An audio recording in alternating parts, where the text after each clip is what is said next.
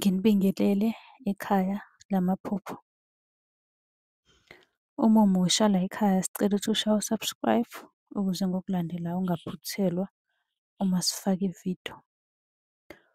Ukubaluleka-ke kokuthi u-subscribe senzela ukuthi uma ubuza umbuzo kwi-comment sithi masibuya nevidiyo eyimpendulo, i-notification izongena kumakhalekhukhwini wakho ebese ividiyo uyayibona ngokushesha kanjalo. Kanti uma unga-subscribe-ile angeke uze ubone nhlobo ukuthi cha impendulo usuyitholile. Ngakho-ke uma unombuzo buza kwi-comment sizokwenzela ividiyo. Uyakwazi futhi ukusi-inbox-a lapha ku-TikTok usi-follow-we, inbox ucele inombolo ka-WhatsApp ozobuza njalo kuyona ekuseni uma-ke kukhona isibonakaliso obenaso.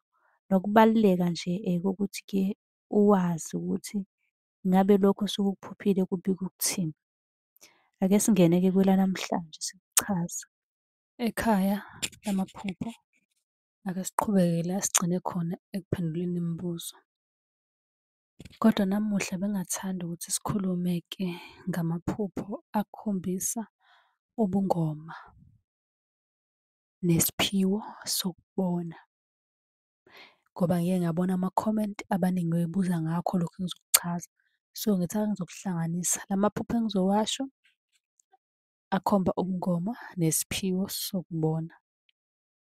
Ukuphupha izangoma zigida, ukuphupha amajazi namabhayi, ukuphupha inyoka enkulu, inhlwathi mhlasimpe, ukuphupha ingwe, ukuphupha ibhubesi, ukuphupha ingwenya, ukuphupha umcako noma ibomvu, ukuphupha usolwandle phakathi olwandle ubone nendlu, ukuphupha ukha imithi nomuntu osemdala, ukuphupha ulapha umuntu omaziyo ngesiwasho noma ngomuthi, ukuphupha into kuthi nje kudlule isikhashana bese kuba ukuthi leyo nto iyenzeka, ukuphupha iziziba noma isiziba esikhulu, ukuphupha impophoma, ukuphupha ulwandle luluhle,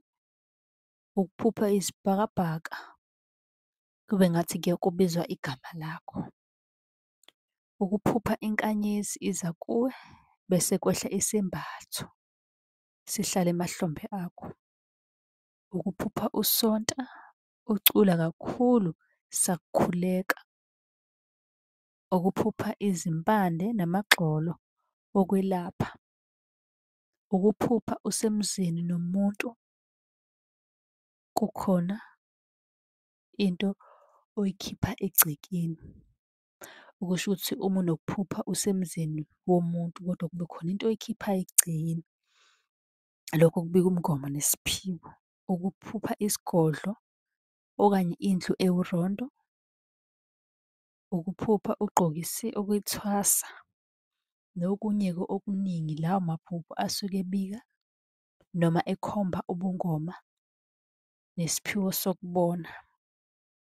Ngiyacabanga ukuthi bebuze kuma-comment bayayithola iy'mpendulo la ngoba ngike ngakhuluma ngawo amaphupho mase ngichaza izinto ey'khombisa ukuthi unobungoma noma-ke unesiphiwo sokubona. Uma unombuzo nawe udinga impendulo sicela ukhomente ngizobe sengikwenzela eyakho ividiyo ngikuchaze-ke kabanzi-ke lelo phupho ozobe ulibuzile silihlaziye nje ngayo ividiyo siyifake lapha ku-YouTube.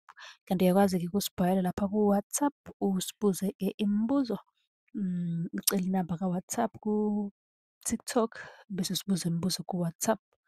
Ningakhohlwa-ke uku-subscribe-a nisale kahle.